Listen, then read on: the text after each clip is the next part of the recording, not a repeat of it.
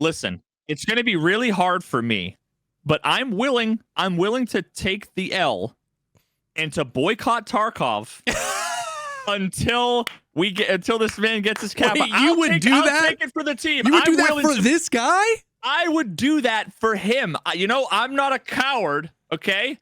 I've got principles. I'm willing to take one for the team, and I'll boycott Tarkov.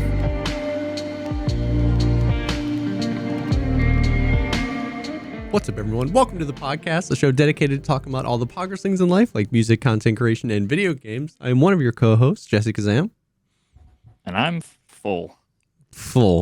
I just scarfed my Panera bread, dude. Holy shit. What did you get? What's the order from Panera? You pick 2. Yeah.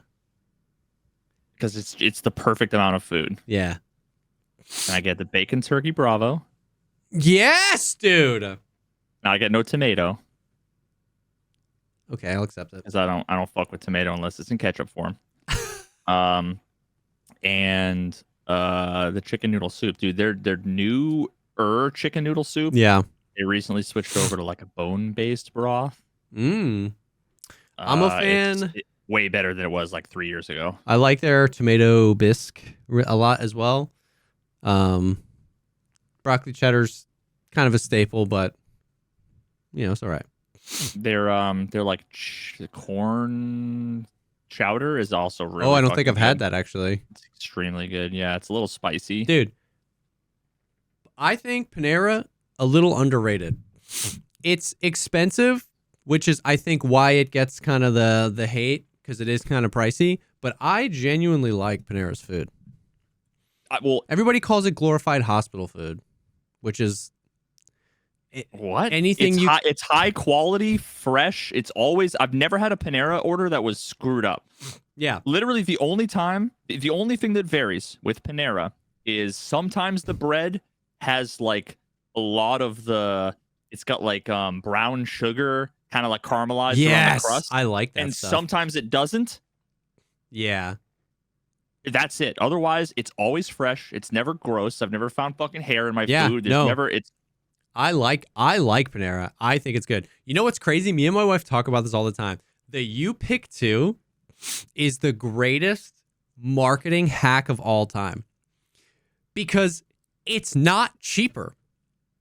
It's like a sandwich is $8 and like a bowl is $8 and the You Pick 2 is just like $16. Like the math, like I guess you just get half a sandwich and that's $4. Like they never say it's cheaper, but it's all there to like make you think like, oh, I can get half of this and half of that, and it's like a little like meal, and then it's always like $16, and it's just like we just got interesting. They just debate you into being like, pick 2 full entrees and pay for it, you idiot. And I always do, bro.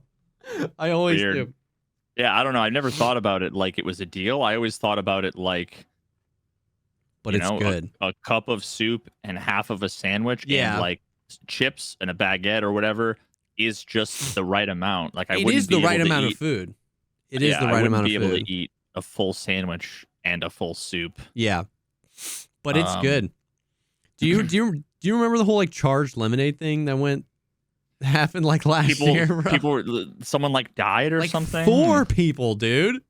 Yeah, no, that was questionable on their part for sure. It was because it was like it said that they were caffeinated, but I think the thing that got them in trouble was that like they made, instead of telling you the exact amount of caffeine, like you could look up the nutrition facts, but like on the like lemonade, it was giving it to you in cups of coffee. It was like, this is relatively equal to 2 cups of coffee, and that was wrong. Like the amount of because it was like a fucking tall monster. Yeah, exactly. Well, the amount of caffeine was the same amount of caffeine as a 16-ounce Monster and an 8-ounce Red Bull in a large. And lemonade is like a refill drink. I'll drink a whole one while I'm eating and then go get a refill. You know what I mean? And the types of people that'll have like crazy, like they would be the kind of vegan-esque, all natural, whatever. They wouldn't be the ones to drink a Monster, right? Yes. they Yeah. So I mean, it was 250 milligrams of caffeine just sucker punching you in the face. And if you didn't know and you drank 2 or 3 of them, yeah. They were tasty, though. All 3 of them were really tasty. I had them many times. I wish I had known, because I never got to try one. I just heard about. Yeah, they were good. When the first lady died or whatever because she had like a heart condition. Yeah. But yeah. But bro, bro, so speaking of that, there's a couple other little sagas that I feel like are interesting enough to talk about. Yeah. The quick one is I wrote swimmer DQ. Do you have any idea? No. Not about Dairy Queen. Oh wait, yeah. I just saw this yesterday. Yeah, so I don't know if it probably was on like YouTube Shorts or something. But so there was I don't know the details, who, what, where, why, or when. It was, Yeah. I don't know if it was Olympics, if it was college, whatever, but some competitive swimmer, actually I think they were younger, so it probably was not Olympics. I don't know. High school or college or something. Competitive swimmer got college. Yeah, okay. So he won the race. Yep. Now, the person, I believe you can compete against other people from your own like school kind of people on your team. He won and like was way out ahead of everybody. Yeah. And he was like super excited, was like celebrating in his like lane. And the guy next to him was his buddy and teammate that came in second. Yeah. And he like hopped over the barrier to like give him a hug and to like celebrate.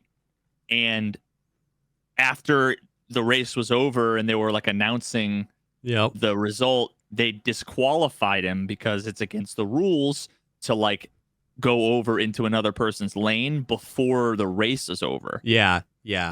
They got him for like interfering with a racer is like technically the rule, but the guy that he hopped in his lane, it was his buddy, had finished the race and had come in second. Yeah. So he got, and it was like, he'd gotten a fucking gold medal or whatever. And it was, and I think his teammate, out of like solidarity, was like, I'm going to give him the medal. Like, yeah. he deserves it. Yeah. But, and even the like the like woman like caster or whatever was like, that's not right. Like like, I'm a stickler for rules, but that's fucking stupid. It's so fucking stupid. And I didn't know if there was like anybody who thought.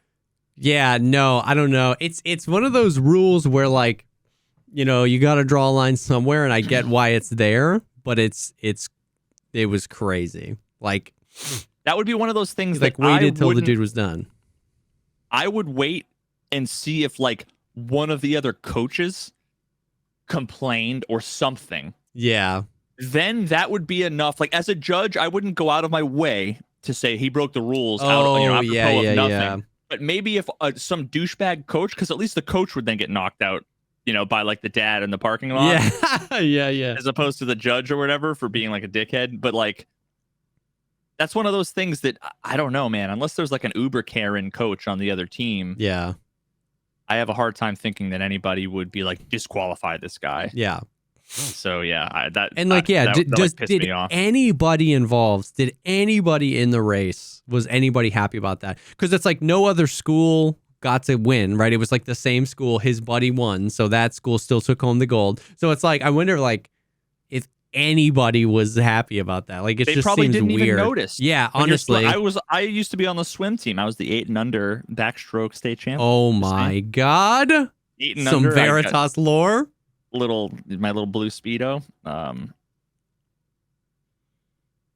yeah, I'm sorry, I was just picturing all the pictures I have as a child. You wouldn't notice what was going on. You'd get to the end, you'd get up, you'd start looking around, you'd wonder like what the what was the result. Yep. Nobody would care. I don't know. It's just fucking, it was weird. I remember seeing that. It blew up. Yeah. Weird. So then the other one was the Queen Pons-a-Lot saga. I might have mentioned it briefly. Where she was a kind of new streamer. I think before this whole thing, she had like 50 followers. She was the one that killed this like decently challenging dragon boss in Monster Hunter. Oh, is this the one Carl Johnson made? Okay. I haven't seen his video yet, So yeah, like a super quick rundown. Basically, she did this thing, and then like in her Discord, it was basically like the kind of cringiest like simp moderator, like she's our queen, everybody go and spread this to Asmongold subreddit so that he could see it and respond to it, and it like worked. He ended up responding to it, said how awesome it was. Yeah. Okay. Somebody made a video accusing her of cheating. He reacts to that and going, "Oh shit. That's sketchy. I think she probably didn't do it legit. That sucks." She then does a response video. He reacts to that, and after her response video, he's like, "Oh, like clear cut, like she's innocent." Oh Crazy. my god! And after watching, I only saw a little bit, and I don't know anything about Monster Hunter, but I like, and then Carl came out with his video saying, like right after I saw it after I had watched the like video where she kind of debunked the cheating allegations. Okay. And I had gone back and forth, and I'm like, oh, okay, she's innocent. Like, that's sick. And then Carl released his video, and I was almost worried that, like, I'm like, dude, you released your video, like, right when this all, like, what if you're wrong and you release the video? What if you jumped the gun, Yeah. And you were working on it before you realized whatever? So I actually, like, I'm like, are you sure? Like, because maybe he didn't know, there's a world in which like he released it, didn't know, and like especially if it took him a while to make the video and he was making it before some of the stuff came out, it's not unreasonable to think that maybe there was some context missing. Yeah, so what he said was, and I'll read it. He said, I basically said, but do you think there's any way she's actually legit? And he goes, nope, and I already know how she cheated the second one. Because what she did was she went and did it again. Because the original allegations was that she could see through the blindfold. It was like a very thin kind of scarf. Oh, okay. That was like loosely on her head. She could see through it. Okay. But then she did it again to be like, look. Then she did it again with like a super, like it's basically a sleep mask. Yeah, which okay. is the blindfold that all the blindfolded speedrunners use. Oh, okay. She did it. So when she did it again, she had you could see two monitors on her setup. She had sheets of paper covering the monitors. She had a hand cam. She had her normal cam. She had an input monitor for her mouse and for her keyboard. And she did it again. Okay. So at that point, you're like, all right. Yeah, I'm like, damn, and she explained a bunch of the anomalies and whatever. And then at the end of Carl's video, he basically said, and in like a week from now, I'm going to come out with my like smoking gun evidence. And after that, I'm like 99% sure she cheated. Dang. Oh, so in his video, he doesn't come out with the smoking gun evidence. He just says, I'm going to follow up with the smoking gun. He does an analysis that's basically like, so here's the thing.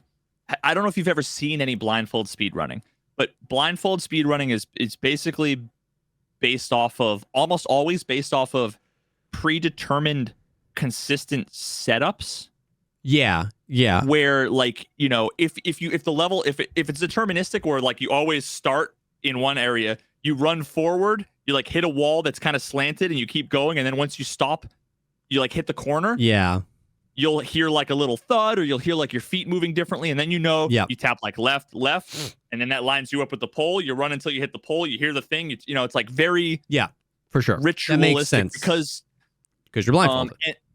And almost always, if you do blindfolded stuff in games like Sekiro or Dark Souls or whatever, they primarily rely on using like a lock-on. Like you can just hit a button and it locks on, right? You strafe around. She didn't use a lock-on, and so what Carl's original video is basically saying what she did is completely not possible, and her explanations were bullshit. Because the whole time, like normally what happens if you don't do that, what ends up happening is your camera, you're like looking straight up or like straight down. Yeah. But like your left and right is still consistent because there's no vertical axis, right? You know how hard it is in like Tarkov well, imagine there's just like a dragon in front of you. How are you going to know if his head is 20 feet or, 3 feet or whatever? But she was basically like turning towards the dragon, hitting it in the head, and it was constantly centered on screen as if she was looking. Interesting. Like, which is like, if you're blind, you don't need the dragon to be on camera. Yeah. And that's kind of the funny part about blindfolded speedruns is that like they look weird to watch. A lot of them in a lot of games, they're just not good to watch because the camera is irrelevant. Yeah. But she was like, oh, I can do it based on the sound. I've done it 8,000 times or whatever, blah, blah, blah. And a bunch of people came out and were like, no, she didn't do it that way. That is fascinating. So his initial thing was basically saying how it was impossible. But I know how she did the second one. Yeah. Do you have any idea how she could have done it? Me? No. I mean, I've played Monster Hunter as well, so like. Oh, do you know like if I name the boss? No, probably not. Okay. I have no idea. So unless she played like an MP4 and pretended to. No, and you can tell from like the input, like she had really low sense, but you could tell she was playing, hitting the buttons and whatever. But the second time around was like even more blatant that her camera was like whatever.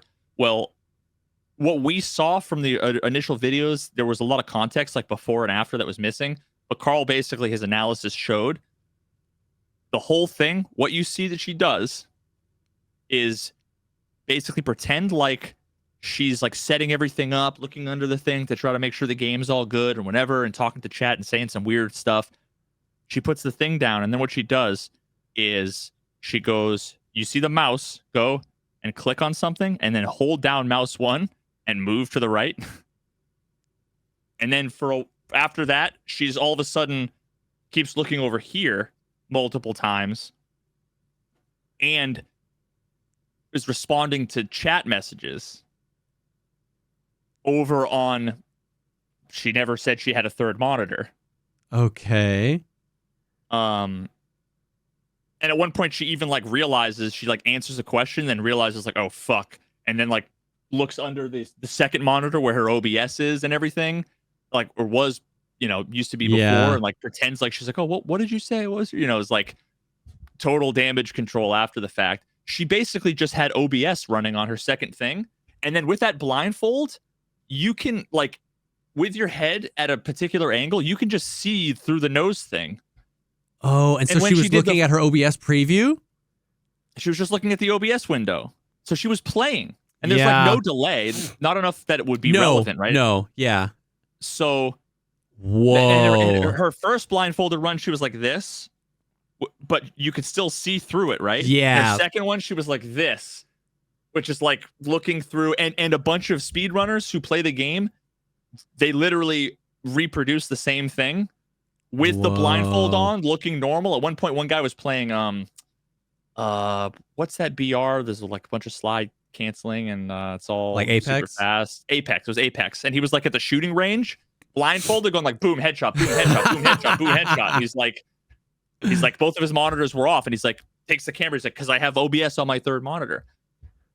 That's crazy. So of course it's not definitive 100% put a gun to my head proof. But then at the end of, so Asmongold reacted to that video, Carl's, and was like, damn, like caught red-handed.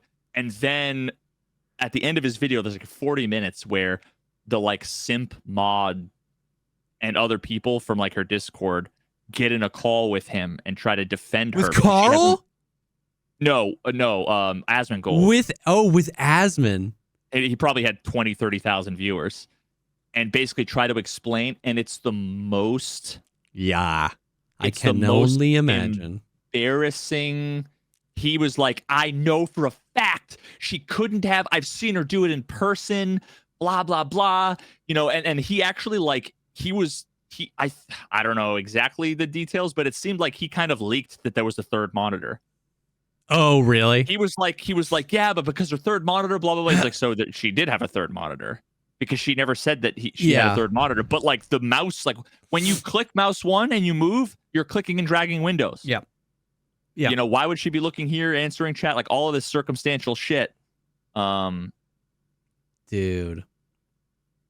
And it was so like, embarrassingly it's like bad. The Billy Mitchell thing, but just like turned to 11. You know, except it's like full on. It has all of the, like, I would never say this to like random anyone, like apropos of nothing, but the whole like simp Discord moderator complex. Yeah. Where I just got the vibe like he's like in love with her. Yeah, to, it's like the Billy Mitchell situation with those two guys, but more like chronically online, like that situation, but taken to the online degree. Yeah, and he had an answer for everything. You know, like there's no doubt in my mind. And he was like, well, then why was she sitting with her head up, whatever? And he's like, her stress response, like that's a normal stress response. He's like, what? People respond differently. I'm a physician. Like, fucking get out of here. Yeah, that's like, crazy. God, it was so cringy. Oh my God, it was literally, yeah. That's wild. But it's like the biggest fucking. It was like, have you ever seen 10 Cloverfield Lane? Yes. Literally watching this saga was like watching 10 Cloverfield Lane when you're like, the guy's crazy. Oh, yeah. There was an alien attack. There wasn't an alien attack. Oh, no, wait, he's serious. It actually happened. No, wait, he's totally out of his fucking mind. No, wait, it didn't happen. No, wait, he did. Yeah. That was a good movie. Dude, you just have to have like some balls to fake something on the internet now. You know what I mean? Like I would never get to this point, but getting to a point where I have a finished video of a cut of me cheating at something and doing really well, I feel like I would just be trembling over the post button. You know what I mean? Like you just have to be on some crazy stuff to just like post that. You know what I mean? Like, oh my God, the internet will find you. I'm almost glad. I'm glad that she was a new content creator, because, like, I don't know how you come back from that. Like, you can't go live. Like, there's no way she's been live since then. I bet you know she what has, I mean? Like, dude. There'd be tens of thousands of people just coming in and shitting all over you. Like, you're canceled, right? Like, it's over. Yeah. And you know what the sad thing is that like in the 1% chance that she's actually innocent, it's unfortunate, but she did it to herself. Yeah. Because if you were gonna try to prove it that you didn't cheat by doing it a second time, you have to remove all doubt. Yeah. You can't just put paper over it. Like you have to remove all doubt. Because well, honestly, this is such an easy thing to prove.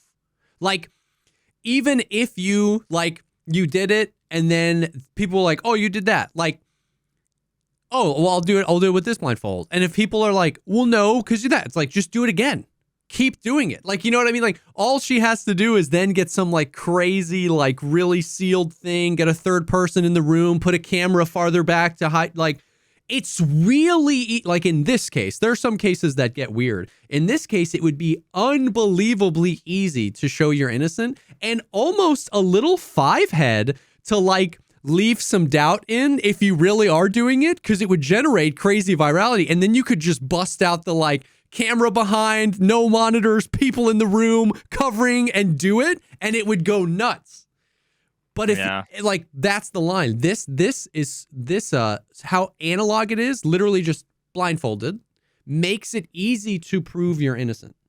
You know what Yeah. I mean? Like, I remember when the suddenly toast stuff got weird because it was like the thing said like DMA and everyone thought that was this, but then he deleted it. But then that was like a driver that all Ryzen things have. And that information got so weird and some people took different things from it. But this, it's so analog. It's so like, just blindfold yourself better and do it again. Because if you can't, that's sus, you know, like you see the hard part is there's two pieces to it. That was actually what this guy was begging for. He was her simp mod was begging for. She'll tell us what we need to do and we'll do it. She'll prove that she can do it. And I actually commented on the video. Yeah. I commented on Asmongold's video, which I should be able to actually just find, right? Where let me see. Yeah, so what I wrote was her doing it again, quote unquote, under more controlled circumstances is not proof she did it legitimately. Billy Mitchell and his cronies used the same logic. Quote, he did his scores live years later. That proves he's innocent. That's simply untrue. Yeah. Doing it later legitimate, even if you could, does not prove you did it legit previously. True. And that's Very the crux true. of the dilemma. At this point, it's not about whether or not she could possibly do it. She could spend the next 6 months practicing, get better, and actually do it, right? Yeah. But it's about whether or not she lied about doing it. It's not about whether she could. True. It's about whether she lied. And basically I finished it with saying, being labeled a cheater is not about skill. It's about honesty. Plenty of people are capable. It's the whole Carl Jobs quote around cheaters. They don't cheat to get a faster score. They cheat to get a score faster. Most of the people are capable of getting the records. They just don't grind 10,000 runs. They cheat, so they do it after 300. That's good. They don't cheat to get a faster score. They cheat to get a score faster. Yeah, so like that whole argument, it's like she missed the boat. She had one chance to prove it, and then now it sucks because if she's innocent, it's her fault that she did not do everything in her power to get rid of all doubt. Yeah. And I forget what the other thing I was going to say was, but yeah, that's true. I mean, that's a good point. Oh, right. I was talking about, I'm glad that she's a small streamer because I feel like her career is kind of over. Yeah. You know, like people are like, suddenly Toast is still streaming. Yeah, but nobody takes him seriously. He's never going to be like a deadly slob. Yeah. You know what I mean? Like he'll never be a big respected name after this whole thing. And I don't think that she would be able to either. And it makes me feel less bad if she had like 15,000 viewers, she had like a momentary lapse in judgment and tried to cover it up. Maybe made a couple mistakes because like I can empathize with. I remember being a kid. Yeah. You lie. The moment that gut reaction to lie the second time to cover it up, now you're in too deep and you have to stick to it. Yeah. It's really hard after the, are you sure you're not lying to me? Yes. What? Now you can't. Now you're committed. Yeah, you're committed, right? Yeah. So, but if she had 15,000 followers, she was, partnered, and this was like her livelihood. But man, she's new to this whole thing. Like, yeah, she can go back to doing whatever the fuck she was doing, and Yeah. I don't know. Yeah. Anyway, that's that. Damn, that's crazy.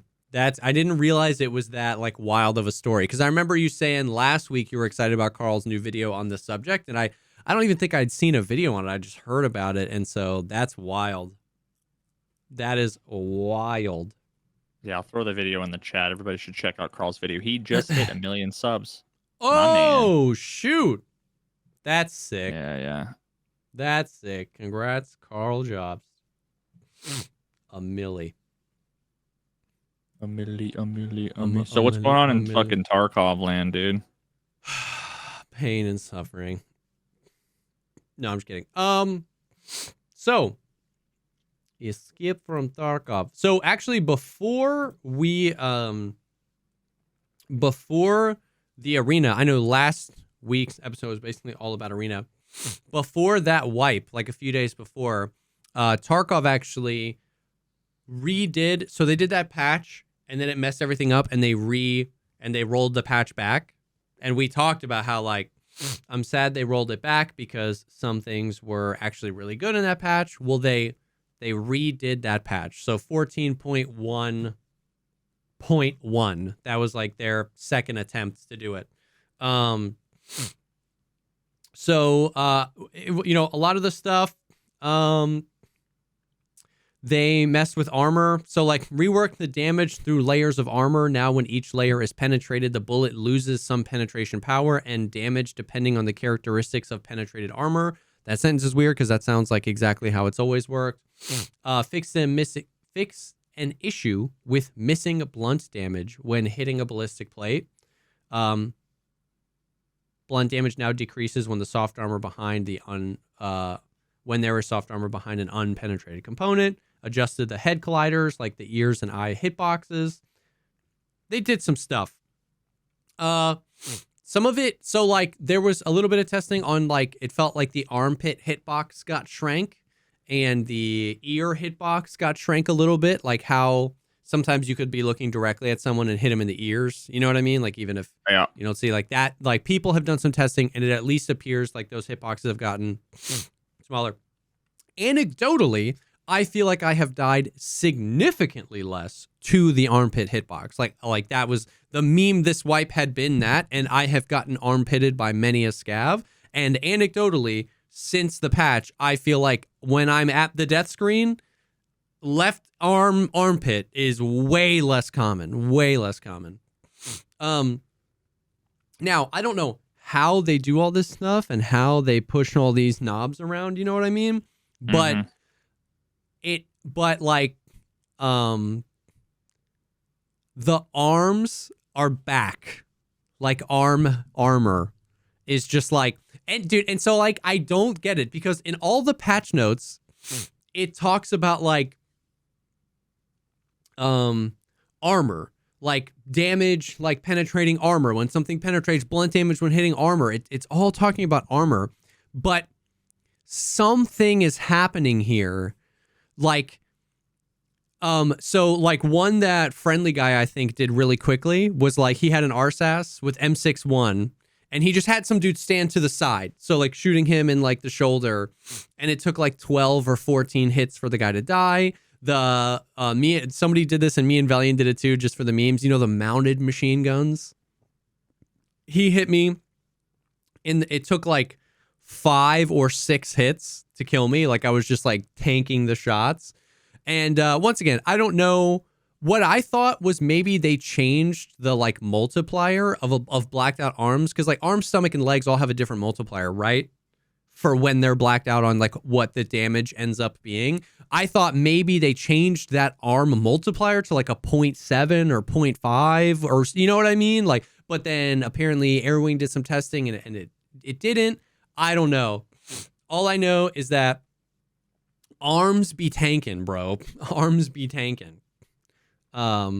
Yeah, they fixed some blunt damage things, which is lame. So now even if your armor's like not getting pinned, you can like die to like crazy blunt damage. It appears as though apparently, correct me if I'm wrong in chat, but apparently no fam. You just sounded. I'm sorry. You just sounded like the apparently kid. Apparently, yeah. Apparently. Correct me if I'm wrong.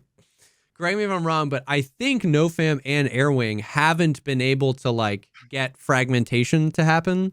I've heard. Yeah, this. But that was something we thought happened in the patch, and then it got rolled back, and then it came back again, and I think they maybe have taken away fragmentation. I don't know. I, as usual, don't care enough to do the science here, so I just kind of get the TLDR from the people that do some of the experiments. All I know is that like canted chicken wing meta is back. It seems like arms are just tanking shots.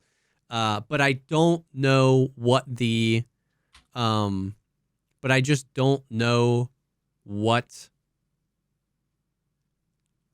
I just don't know. I don't know what to call it. I don't know what to say. I don't know what the old values were. I don't know what the new values were. I don't know how many shots I don't know how many shots it used to take to die to the M62 or the M thing. So you know what I mean? So you see these clips and these clips look crazy. It's like, oh my God, he took 13 shots to the arm. It's like maybe yesterday he took 12. Like maybe it's not that big of a, but because you didn't know what the answer was yesterday and you see the answer today, maybe it's hard to tell, right? Yeah, all I know is I just pulled up the old Battle Buddy, and it should have been like 4 M61 to the arm to kill you. Oh, it's definitely not that. Yeah, It's definitely over 10. Now, just direct hits to the arm. what? Yeah. So I don't know. It's got 70 damage. Oh, do you have in Battle Buddy the amount of damage the mounted machine gun bullets do? Is that the 12.7 times 108 millimeter? 88 pen, 182 damage. Gotta be. The B32. I don't know if that's it. Or not. Yeah, mounted weapons. Yeah, 12.7 by 108. Yeah. Should 2-shot you in the arm. 5. According to old back in the day. Yeah. Because think about it. Even the M61, it's 10 damage. 10. If you said 10 bullets, 70 damage, that's 700. Even 700 times 0.6 multiplier is still 420. Yeah. Blaze it. So blaze it. But what's,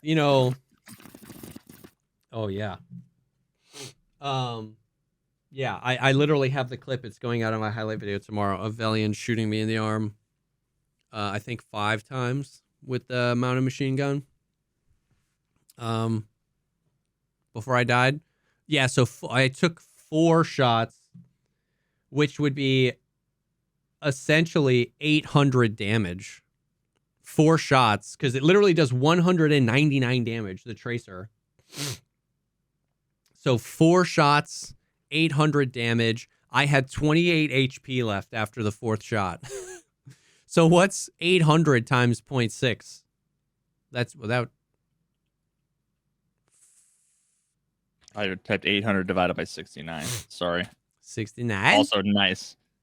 800, you said times 0.6 is 48. 480? Sorry. I typed 80. 480. Okay. So yeah, so even at a 0.6 multiplier, that should have done 480 damage to me, but I had 28 HP left.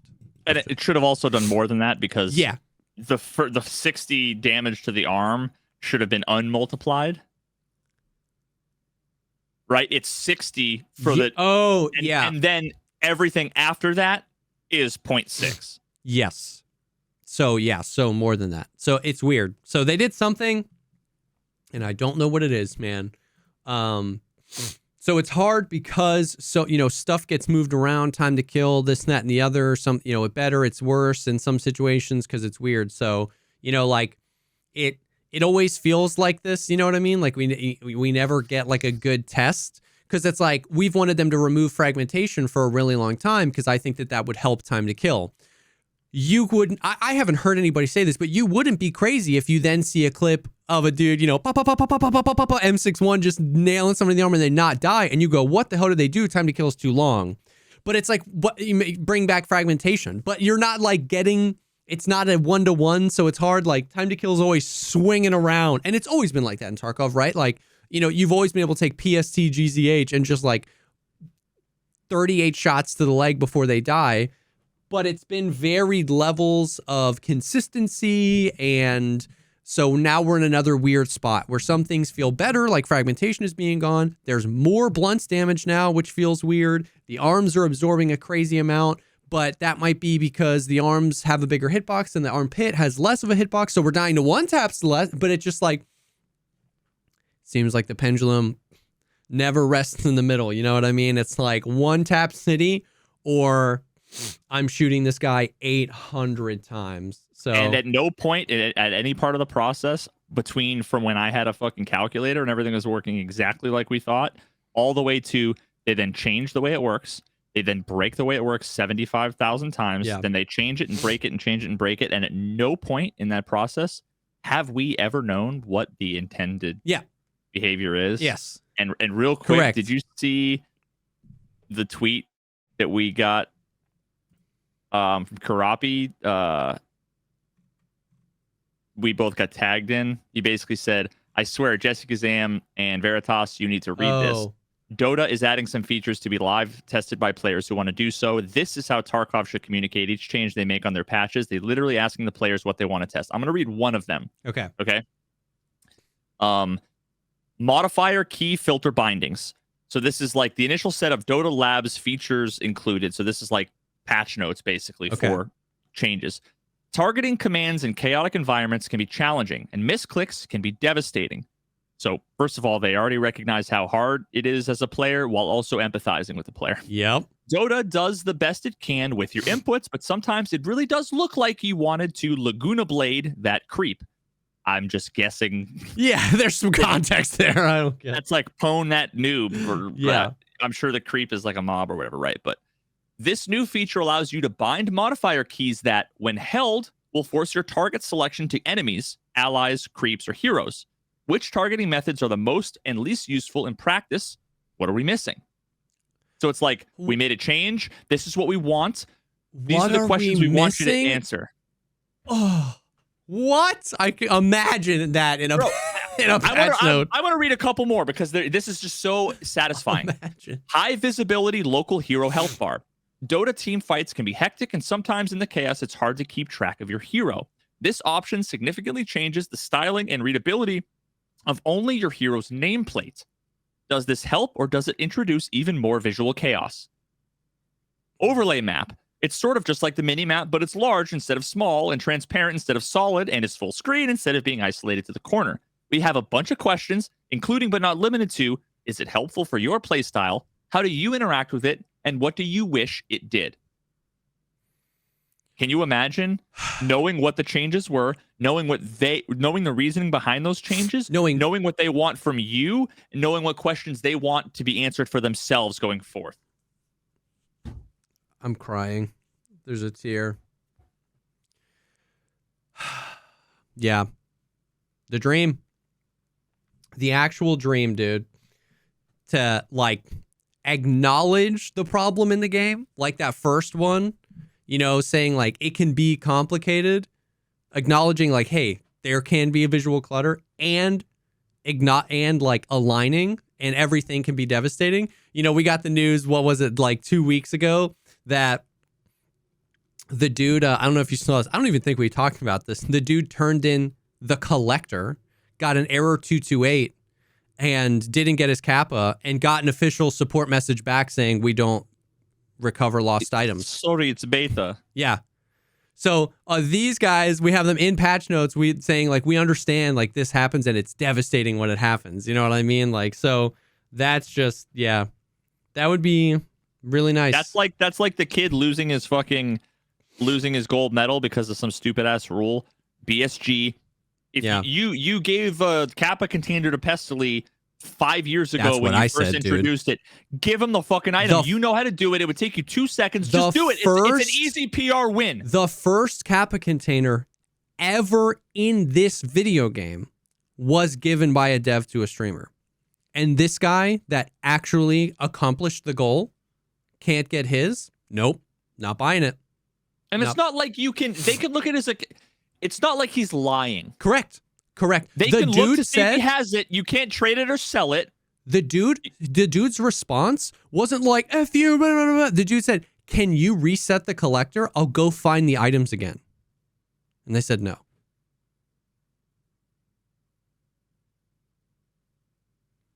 I was like, can we get it like a petition? I know. I was like, can I grind Kappa and give it to you? Like, that's scuffed. All right, listen, it's going to be really hard for me, but I'm willing to take the L and to boycott Tarkov until this man gets his Kappa. Wait, I'll take it for the team. You would do that for this guy? I would do that for him. You know, I'm not a coward, okay? I've got principles. I'm willing to take one for the team, and I'll boycott Tarkov. Damn. It'll be the best boycott. I don't know why I don't know why. I wasn't gonna say anything, but the this. They talk about my boycotts. I'll boycott better than anyone. They say nobody can boycott like I can. I told him I said boycott. I'm gonna do it. I'll be your guy. No, but for real though, Yeah. like It's crazy. It's crazy. It was it was February 26th. Oh my God, poetic. The wipe happened December 22nd, December 27th, okay? It was February 26th by the time they fixed the ability to just vault into almost every single locked room on Shoreline and Streets of Tarkov, virtually destroying the economy. A bunch of the keys were worthless and whatever. Took them 2 months to address that, which I understand it takes time to code to fix, but like the point I'm illustrating is like their response to him for their reason for not giving him the kappa was it's a beta. I'm saying the reason we're not like freaking flipping tables when your economy's in shambles is because it's in beta. It being in beta is the reason you should give it to them. You know what I mean? Like, who cares? Yeah. We've been vaulting into marked rooms for 2 months, getting free stuff, and you won't. That's just one of those things. Like, I'm sure what happened is it went to the support. They basically have like a blanket rule for you lose items. That's what I was figuring too. Yeah, you don't get it without. If I was the customer service person, I'd go, I'd get up off my desk, walk into Nikita's office, and would be like, "Listen, boss, boss. I know we say fuck off to everybody who wants the shit they lost, but I mean, think about Reddit and Twitter. Let's just fucking give him the." Okay. Not Well, yeah. It's such an easy W. Yep. Right? Like it's so easy. Yep. Yeah. So I don't know, man. That was weird. Anyways, so yeah, the patch notes. Oh, that was all like a diatribe from this concept of like, imagine if we knew what the intended design was around some of these changes, right? Like, because that's the thing. It's like we get patch notes that talk about 4 things. We see a lot of changes around 3 things that weren't mentioned in the patch notes, and we don't know what the intention of the things in the patch notes and the things that were changed outside of the patch notes are. So it's hard to like judge if it moved the needle in the right direction, or when we see some of these crazy outliers, like because nothing in the patch notes would explain why I can take 4 12.7 by 108 millimeter. Like nothing in the patch notes explained why I can take 800 damage to my arm and be alive. So because it's not in the patch notes, but something obviously changed, but we don't know exactly what changed, and we don't know what the intention of the change is. What's the feedback? What could the feedback possibly be other than clips and assumptions and Reddit threads and Twitter threads, right? Like, because what else could it be? It honestly, like, and so I'm not saying be negative and be toxic just because, but like from a high level, what else could it be? What is the expected result from the player base if we're not going to talk about what was changed or why it was changed? It's like, dude, I don't know. You're just going to get a bunch of freaking clips and tweets that are people are confused. I don't know. Here's the problem though. In order to do what like the Dota devs did, wow. Nice alliteration there. Do what the Dota devs did. To do what the Dota dev did. You have to be in touch, super in touch with your player base. Yeah. You have to know your game and the challenges associated with it. You have to be confident enough that you can basically like, I almost want to say, almost like be vulnerable. Yeah. To your player base. Well, that's what I was going to say. You're admitting you don't have all the answers. You're admitting that. And you better be ready to have the question answered. What were some of those questions in here? What are we missing? Literally, I'm reading the 3 things. What do you wish it did? The second thing ends with what are we missing? The third thing ends with does it help or introduce more visual chaos? If you're going to ask those questions, you better damn well be ready for some responses. And that's where I think the breakdown is. You know what I mean? They could say, what are we missing? We'll be like, here's what you're missing. Yeah. You know what I mean? So, But yeah, a few other random things. They, buffed some of the armors, which is good. Some of the aramid underneath the soft armors got upgraded from class 2 to class 3, which makes more armors usable, which is good. They made some changes to the BTR. The BTR is much less buggy, which is great because I think the BTR is legitimately one of the coolest additions to Streets. It rides around, you can get in it, it's cool. It doesn't just like murder everybody now, which is pretty dope. Fix some of it says, audio and sound positioning on Ground Zero and Streets, Lamau. Few bug fixes. Incorrect AI movement speeds. Yeah, right, dude. This is crazy. I don't have any like proof of this, but for weeks now, we've been like, where are the scavs on Streets and a few other maps? Where it's just like they're gone. And Streets used to be the one, like, I remember seeing a tweet where like Desmond got 80 scavs in one raid on a Streets raid. So I was like, ooh, let me see how many I can get. And I got like 68. Like, it was just like, the scavs are on Streets. Dude, fixed the possibility of AI falling through the ground in certain cases. After this patch, the AI was back. I'm pretty sure the AI was just spawning and falling through the floor and just like living underneath the map on Streets. Cause it just, boom, the scavs are back. So did you have better performance during that? No, because I think they were all just underground. Fix the incorrect objective area for capturing outposts. Dude, this was just a funny one because like capturing outposts used to be on the pier. And then they made it in the resort. But then as of this wipe, it was back on the pier. And we all thought that was intentional. And it was only until they tried this patch when it went back to the resort. But then they had to roll back the patch. So then it went back to the pier. And then when they did the patch, now it's back at the resort. And every time it did it, it was like resetting your progress if you had any on shoreline. So it was just like, it was just like 4 separate times capturing outposts changed this wipe. It was crazy. Boom,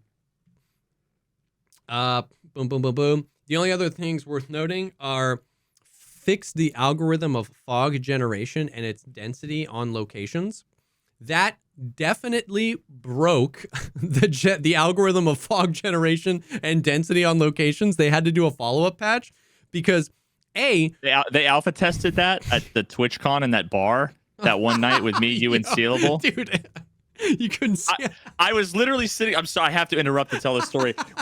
We were like was it TwitchCon, right? Like 2 years ago. Yeah. We're sitting in a bar, me, you, Sealable, whatever. Yeah. And the DJ was 4 inches to my right, just like, and he was like 87 years old, I remember. Yeah. And he just like put the fucking fog machine. It was just like literally pointing at our table, just spraying like pink smoke directly in my face. Just yeah. And that's basically what Streets looked like for 2 days.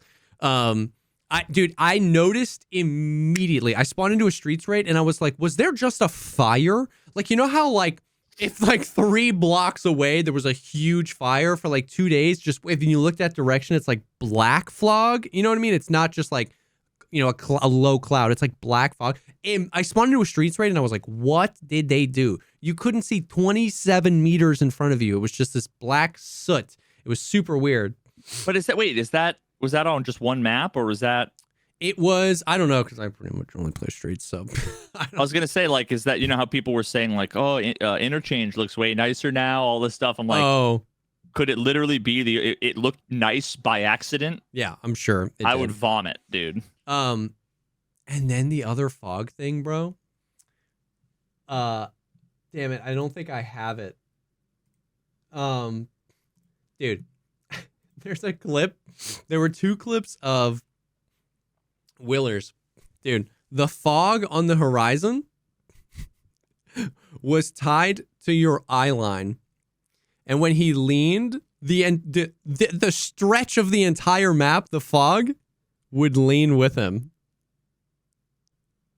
And so, like, he would position himself on a building where, like, down to his left was, like, a bunch of buildings, but you couldn't see it because he was so far away.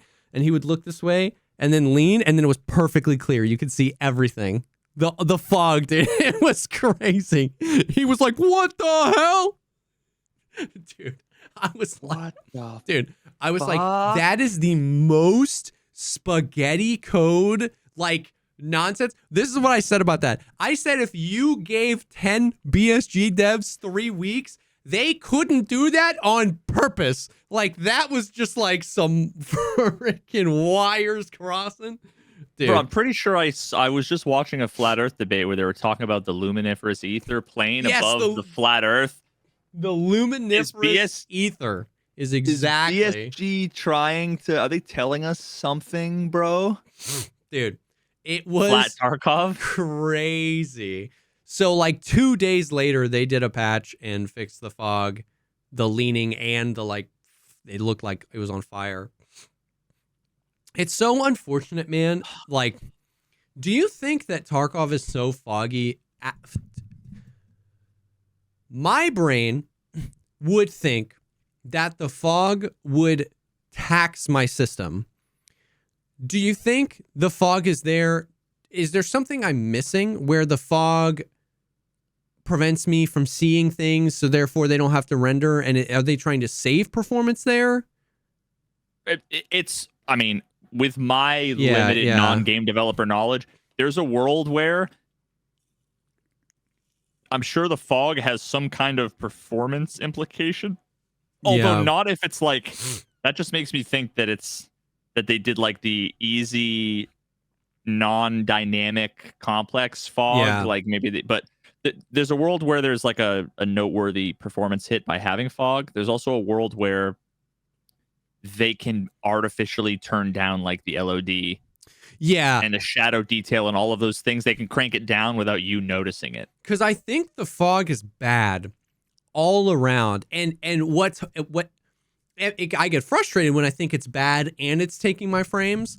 So, but that's when I started thinking, like, okay, maybe I'm looking at this backwards. Maybe the fog doesn't take resources, but the fog hides things that my game that doesn't have to render, and it saves resources. I am not against fog. I just think the way Tarkov does it is so bad. It's not, what's the word I'm looking for?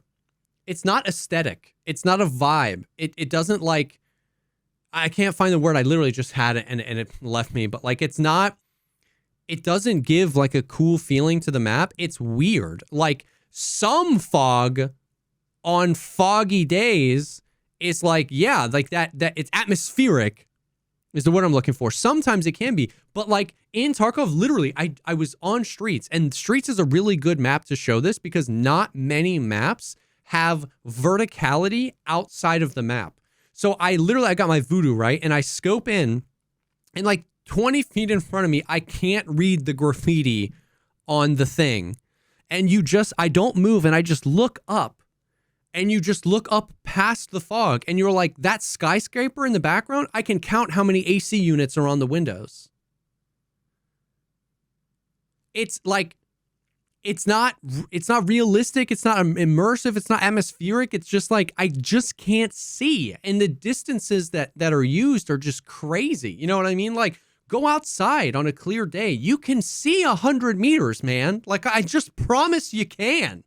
Get some binoculars, get a scope and take it off a gun and look. You can see, bro. Like, it's the distances we're talking about. If there's a little bit of fog, if I'm on Sniper Rock looking at RUAF, you know, if it's a 600 meter line, then cool, whatever. Let's introduce a little bit of fog. But, like, why are we doing this at 30 meters? You know what I mean? It's super weird. And it's just like, and so I don't know. Once again, maybe it's a cheat for performance.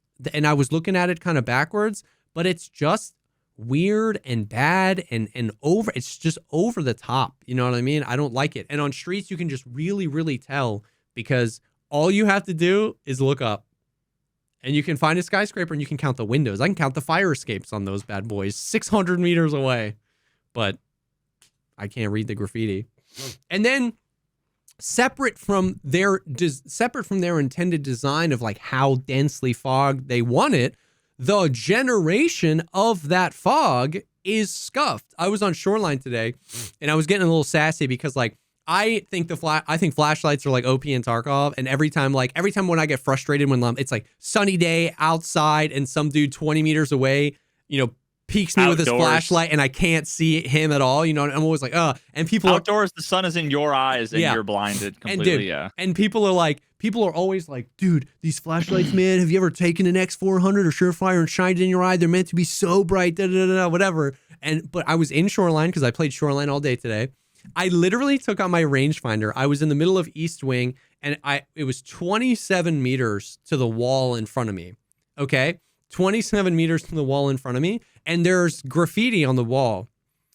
And I can't see the graffiti on the wall because it's super dark in there. And I turn on my flashlight and I can't see the graffiti on the wall. It just goes from like 18% gray to 30% gray, like the actual color. Like it's just a brighter gray. But with or without the flashlight, if I just touch my W key, the graffiti shows up. Like you actually see the fog like absorb around the wall. And you can see the graffiti with or without the flashlight. But if I hit the S key then, and I've got this super bright flashlight that's supposed to blind you in broad daylight from 80 meters away, and I can't see. It's crazy. So like, that's another one of those things where it's like, I think their intended design for the fog is too much, and something be busted with like the fog and how it renders and when it renders and how it renders indoors versus outdoors. Like it's yucky. It's yucky. JesseKazam 2024. It's yucky. I don't like it. So, only other thing was, in Tarkov, they got to really quickly. I actually think it was the day after or 2 days after I first saw this, they responded to it and they fixed it in a patch. But and it was weird because the timing of this was weird. This first happened. I first saw something about this the day before this patch, and then I think it was the day after this patch they fixed it. So it like the bug I'm about to describe to you wasn't a bug that was caused by this patch. It like either has always been there and nobody knew about it, or it randomly appeared. Then they did this patch, the bug was still in the game, and like the next day they hotfixed it. So it was like a weird timeline of how it came about. But basically, if you were standing up, say I'm standing up, there's waist high cover in front of me, and you shoot me, but don't kill me, like you shoot me in the arm. If I crouch, the game saves that state of where I was crouched. If I then stood up on your client, you never saw me stood up. And I can walk away and leave that area, but you completely invisible to you. Whoa, wait a minute, what? Yeah. It was repeatable, and I saw a million people do it. Valiant is this did in one location you were saying? Anywhere. If you yeah. So if you took damage and then like changed your state with like a crouch, you could then just like get up and run around and the person that shot you couldn't see you. It was super weird. Do you disappear or do you just stay there? You stay there. And what, you shoot them and they go, and never die? Yeah. It's like super weird. And then like, and then there was all sorts of stuff. And then you could like zip back or do something. It was weird, but it was like, bad, dude. But literally, I think 48 hours after I saw the first video on it, they was fixed. So that's not in the game right now. Or no, maybe if you, okay, it was a separate thing. I guess that was a separate thing. If you moved, it would fix itself. But if you stood up, the reason why I got confused was because literally 2 days ago now, this is why they fixed that bug. But then literally 2 days ago, I have this clip I can show you. I was playing with Ham, and he had taken damage and he healed up, and we were talking about where we wanted to go, and I was like, all right, let's go. And then I looked over at his screen, and he was 200 feet away from me in a different part of the map, but on my screen, his character was still just crouched in a bush. And then we figured it out, and he was running around. I mean, and then he ran up to me. He was like, "Can you hear me?" I was like, "No." He was like, "I'm right in front of you." I was like, "Shoot me." And he shot me in the leg, and I took damage. But he was still right there. And then I don't remember. I'd have to watch it back. It was either me taking damage or me like initiating a heal or something. Boom. He just appeared in front of me, and it fixed itself. And like, we just ran around the rest of the raid. That is the most literal version of desync. Yeah. Like desync is not lag. It's when you are your state is unsynchronized with the server. Yeah. And that's like not a like location update. Correct. That's like a binary. Correct. Wow. Holy But fuck. the thing is, with that bug, the other one, which was separate, because the guy in chat was saying that other bug, as soon as you moved you're in your XY position, it would fix. But what I'm saying is that bug and the bug I experienced with Ham is just raising questions to me. Are there bugs in the game where you can cause that to happen? Where like in that other bug, the old one was if you took damage and you crouched, it would cause that desynchronizing of the server and the client for those two people. I don't know. We weren't paying attention because we were just playing a raid. And I was like, why is Ham just so committed to sitting in this bush? It took us forever. So I don't know what happened, but it's just raising questions on like, are there weird bugs where if this and this happen in such a way, it just desyncs? And the thing is like, he was asking me like, do you hear that? Do you hear that? Like a grenade blew up at Lexos. And I was like, no, I don't hear anything. So we identified, he was like, yeah, it's you. Like, you're way out of sync with the server here. And I was like, what? And then by the time we realized that it fixed, while I was healing, he just popped back in. And so, but then it just worked the rest of the way. So some weird shenanigans going on there for sure. Weird shenanigans. Horrifying. Yeah. Dude. Horrifying is right. So very weird. Very, very weird stuff. I don't know.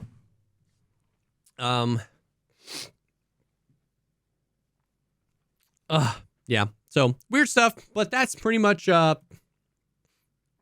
is pretty much that's pretty much the Tarkov stuff. That's no new patches, nothing really going on. I mean, we're 2 months into the wipe, so I'm not really expecting like events to happen anytime. I think we're just in that like kind of cruise. We're cruising. Nothing crazy's happening. They're doing patches. They squashed, a few of the bugs pretty quick, which is good. So that is the Tarkov stuff.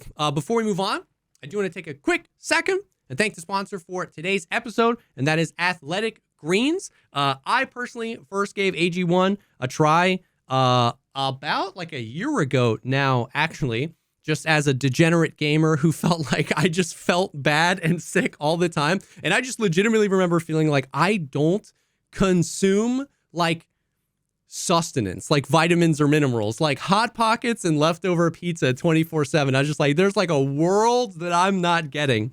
You sound like me. Tell me more about this. Yeah. Sounds like me, my man. And since drinking AG1, legitimately, I really did feel better and less like sick and had stomach problems less often. Not only does AG1 deliver my daily dose of vitamins and minerals, pre and probiotics and more, but it's a powerful, healthy habit that's also powered by simple 1 scoop mixed with water once a day, every day.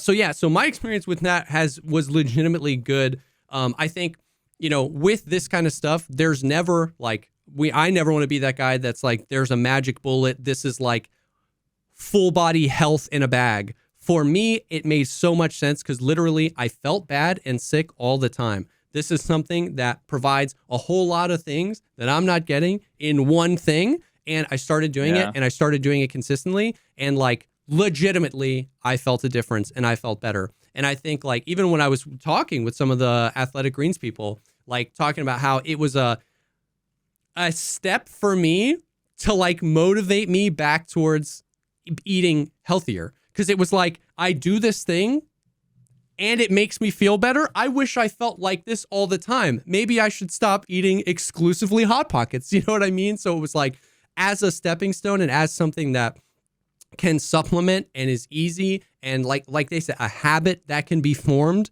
that can like genuinely contribute to feeling better and feeling more healthy, was definitely a positive experience on my life. Each batch of AG1 goes through rigorous testing, so you know it's safe. The ingredients are sourced for absorption and potency. It's been a pretty positive experience on my life. Super simple, easy, and it's got, like I said, a ton of stuff in it. So yeah, so AG1 is a supplement that I trust to provide the support my body needs daily, and that's why I'm excited to welcome them as a partner. If you want to take ownership of your health, it starts with AG1. Try AG1 and get free 1-year supply of vitamin D3K2, and 5 free AG1 travel packs with your first purchase exclusively at drinkag1.com/pogcast. That's drinkag1.com/pogcast. Check it out. Thank you so much to AG1 for sponsoring this episode. So yeah. Bro, did you see my tweet February 29th, late night? Oh God. I said, I can't believe I'm going to say this, but after a quick test in Tarkov Arena with just one quick late night game, turning binaural audio off after the wipe with whatever changes may or may not have been in the game might actually be less bad than with it on. I do remember that. So remember how I was complaining about the audio, just something felt off. Yeah. It was almost like the gunfire was mono. Yes. And I've experienced that many times. And I don't know if this correlates with Tarkov. I'm not going to boot up Tarkov to even try and test this. I can only speak to Arena. It does not. Okay, so of course, I've been saying like have binaural on. Yeah, same. Basically forever. And somebody came into chat and was like, I just solved all my audio problems. And I'm like, great, here we fucking go. And they basically said, turned off binaural. And I'm like I'm already ready for yeah. And I'm like, and this was after we had played. This was like one of the drops days where I was like done after like 4 or 5 hours, and I was playing like lawn mowing sim or whatever all day long. And then it was like late night. I'm like, I'm gonna do one game, turn off binaural, give it a shot. And all I can say is the sound was weird, but it wasn't a blind test. Okay. And of course, I'm the guy who's done the audio blind. I understand all of the considerations, right? All of the ways in which like you can be misled. And I was trying to do a little bit of kind of science during the match. There were cases where I felt like I could hear a little, where it felt like, with an asterisk, I'm not sure. It felt like I could tell the difference between in front and behind. Yeah. And left and right, it was far less smooth, but far more binary. Okay, yeah. Which might have been why it was easier for me to tell front and behind, because of the whole left, right. You have that intuition. Whereas like before, when it sounded like the gunshots were in mono, I'd be running and I would hear bang, bang, bang, bang, bang. And I would be doing this, right? And like, usually I'd go bang, bang, bang, and I do this, and I would hear it on my right ear. And it's like, okay, I know they're behind me, because I turned right. And if it sounds centered and I turn right, and it gets louder, then I'm like turning towards it, so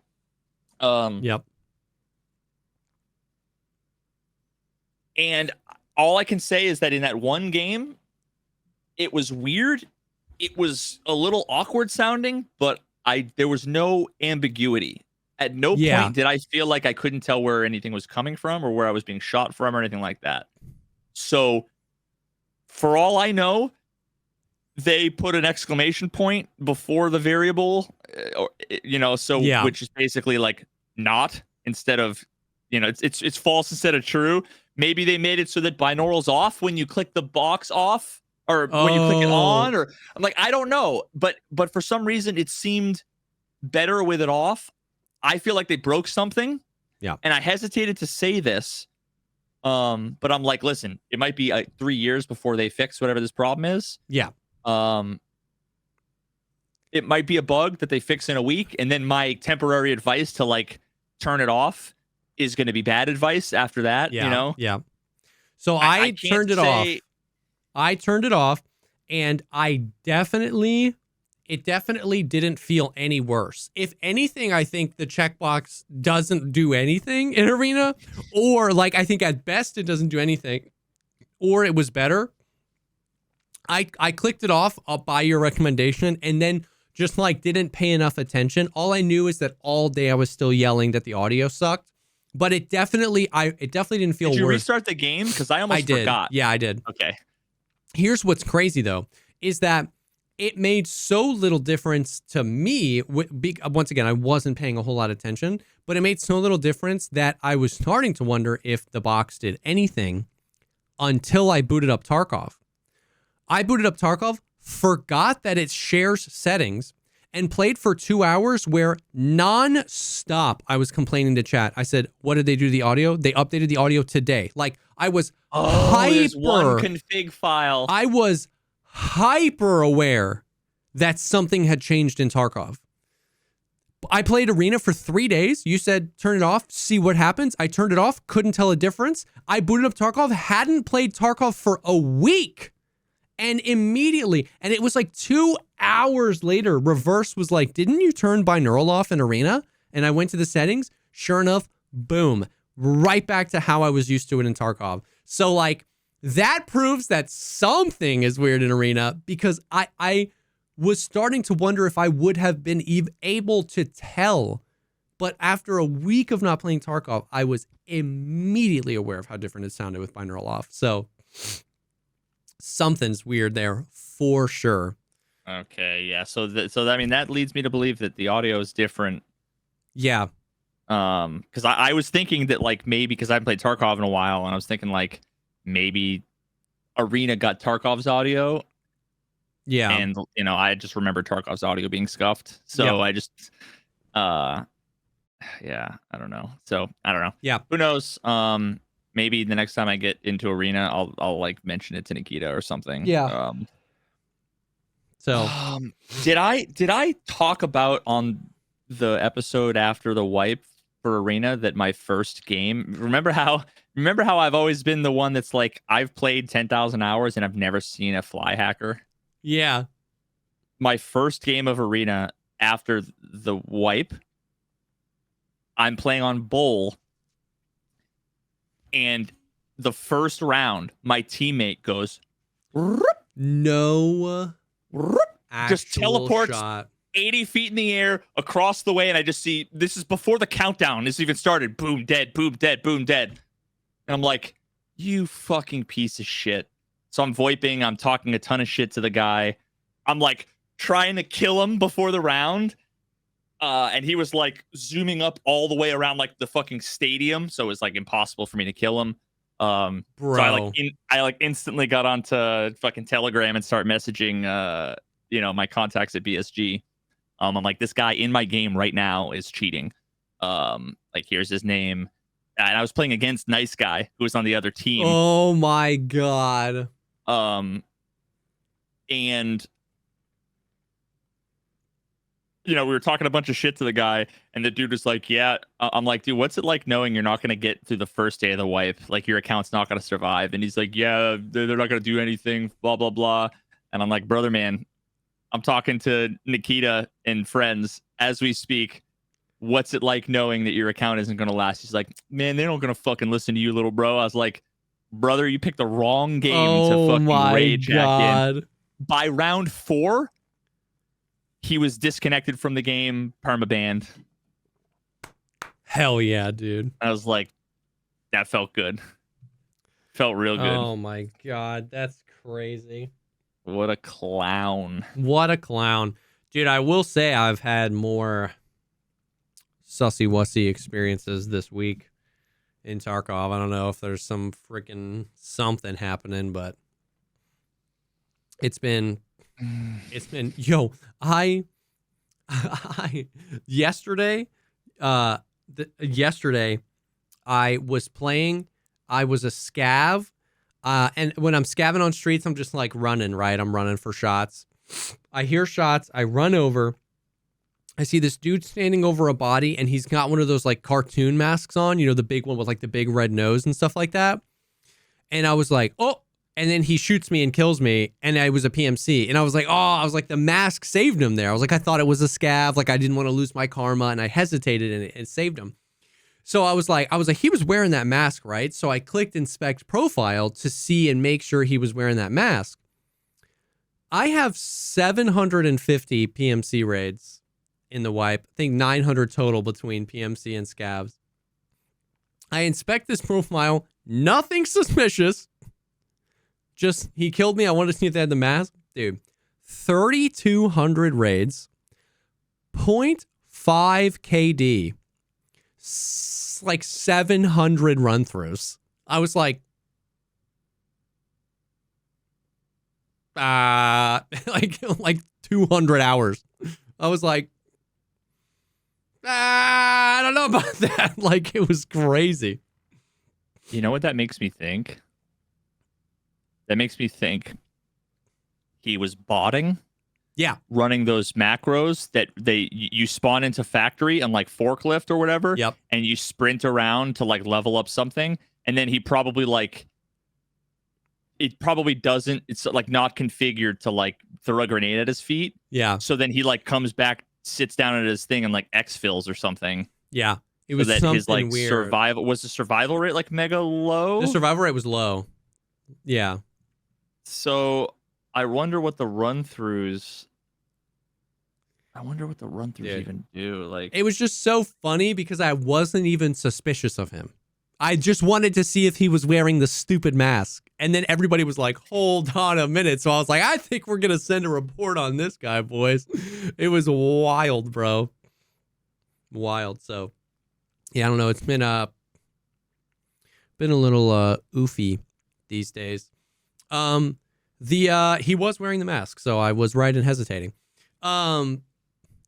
Anyways, so other than that, the only other arena stuff is I participated in the Hunt Premier tournament. Over the weekend. What I will say is Hunt Premier was the best tournament I've been in. As far as like, they just had it locked down. Like everything, like you remember Twitch Rivals, dude? It's like a cluster. The rules change every 30 seconds. Like literally the most recent Twitch Rivals, we lost like 60 points because we didn't know until 4 hours into the tournament that if you got to run through the item you extracted didn't count. Like it was like, this was the complete opposite of that. Everybody was on time. The tournament started at 12. At 12:03, we were deploying into our first raid. So, like, props to them. They handled that really well. I will say that, like, it very briefly felt really fun to compete. Like, I'm not a very competitive person, and I don't compete. And, like, I just don't really care. And almost immediately, it was like, oh, yeah, like, this is fun. Like, I can see why people do this and like grind and compete and, you know, go pro. Cause it's just like, it's like fun to like be there and on display and like, just like, it's fun to like have a time and a place set aside to like try hard, to just try hard sweat. And we just like, everybody was just like immediately hit a brick wall of like, this is not the game for this. Like everything about this game is terrible for competition. I think I saw Trey tweeted something like, he's like, I had fun, but it sucked. He was like, his tweet was, just won the arena tournament. The very first thing I did after was uninstall the game. And I couldn't have like aligned more with that sentiment. Jesus it was Christ, like dude. The amount of times that games went to the cleanup crew. And once again, like the way the cleanup crew, whether you love it or hate it, the dog way it's shit, and I don't know, but nobody loves it. There Correct. can't be any. I refuse to accept that any human being loves it. Correct. But if there was a human being that loved it, even that guy would have to acknowledge that the way it's implemented is terrible. When the AI spawn, they don't spawn evenly distributed around the map and then push the person closest to them. They all spawn inside of each other. A birthing pod. All of their XY positions are the same, and they all go, this guy's the closest to us, and they all push that guy. And you ever notice that almost always one of the bots kills another one of the bots? Like Always. I think he's inside of them shooting. Yes. So like, so to have it come down to that, where like you just get picked as the one to be pushed. Like I lost a round. I was trying to clutch it. It was the last person. And I brought it down from like a 1v3 to a 1v1, and Killa and Tagilla pushed me. And I was like, well, okay. Like, so like the amount of times it ended like that, or like weird stuff that seemed like hit reg, or like absolutely no audio. Dude, you want to know how scuffed this is? Because I think we've talked about this before, where like in arena, when gunshots are happening, it like compresses everything else. Which Nikita seemed to acknowledge that was a bug. So what do you think? How would you implement a strategy around that? I would make it so that, well, first thing I would check is to see if there's any kind of, I'd read the documentation on whatever the audio engine was that they were using, unless it was their internal thing. I mean, like if you were competing in the tournament and you were forming like a team strategy around knowing that information. I would say, hey, I'm going to push into the helicopter. Can you mag dump into the wall? Yeah. Yeah. Yeah. And it happened. Our team was doing it. HyperRat had the PKP, and we'd be like, shoot. And blah, blah, blah, blah. Like, it's not the players. It's just the game.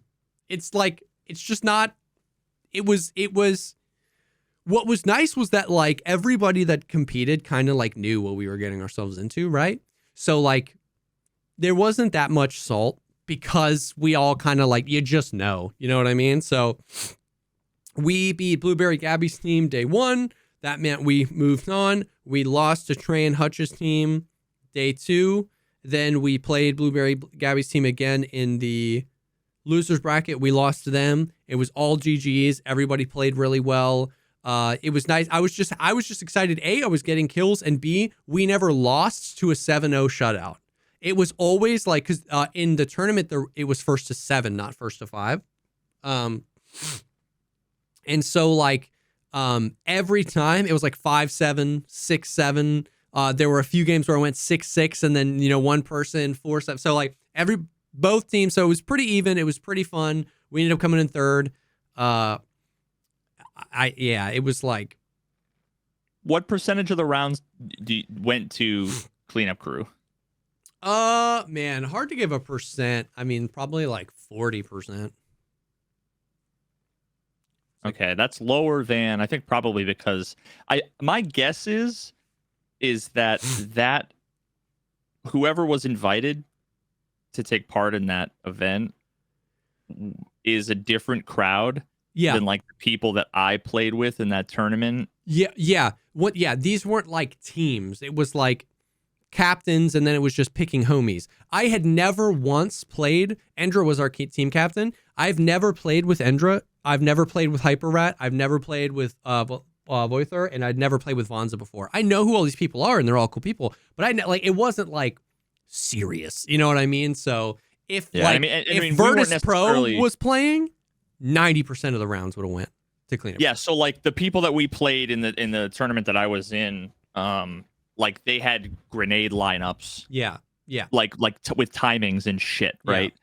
I assume it was that was slightly not, I don't want to say more casual, but like less for sure sweaty than that. Okay, yeah, a lot of like run and gunning, you know what I mean? Because that was like 80+% of the rounds went to cleanup crew for sure. So if Yikes. We got to use tier 3 kits though, which was fun. Was like everything unlocked? Yeah, they unlocked everything because it was custom games. It was all done through custom games, so we all used our own accounts, and it was just all done through the customs where you unlocked tier 3. You can set how many rounds to win. Custom games are fun, by the way. I don't know if you've done them yet. Yeah, that's what we did for that tournament. Well, actually, I don't know.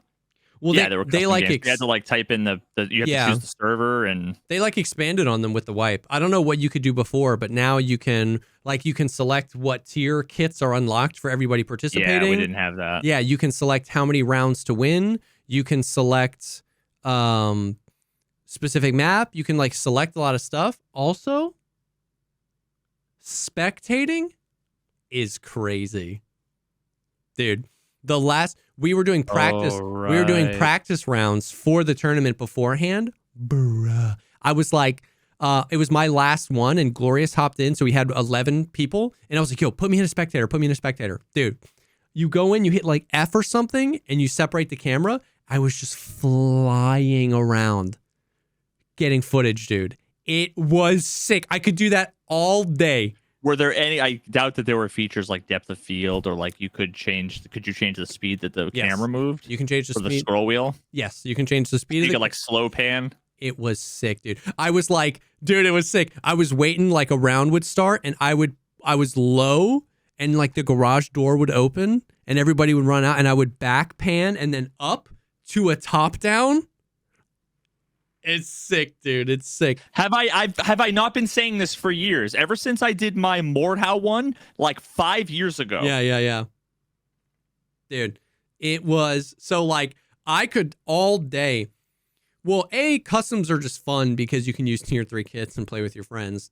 I would do that all day. I was talking with like we need to get like you, me, Seal, Vel, and just like we need to get like a 5 and just like get like the community in. Just like every round, it's just like a new group of 5 people playing. No, it doesn't. Who cares about winning? It's not XP. It's just like community engagement, streamer fun. Like that's like the only way I want to engage with Arena right now is like customs, just like hanging with the boys. You know what I mean? Like I have no desire to grind. You know what I mean? So,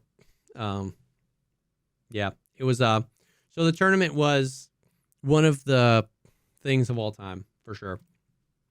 The only other Arena thing, did you see what they tweeted today?